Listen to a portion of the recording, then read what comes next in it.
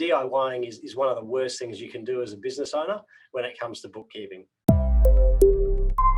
If any of these do stand out to you to say, hey, I'm kind of doing that, if I was honest with myself, then please consider doing something about it. But number one, DIY.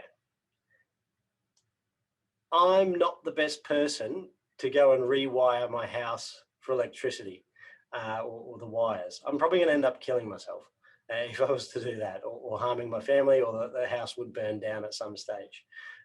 So I want to encourage you to, if you're DIYing your bookkeeping, yes, we might have given you some guidance on that, or you might have done a course or something like that. But DIYing is one of the worst things you can do as a business owner when it comes to bookkeeping. Just from you're not the best person to be doing it, and you're probably not a trained bookkeeper either.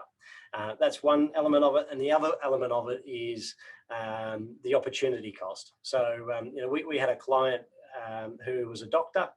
He could easily earn in an hour, easily 120 to 150 bucks if he was seeing patients.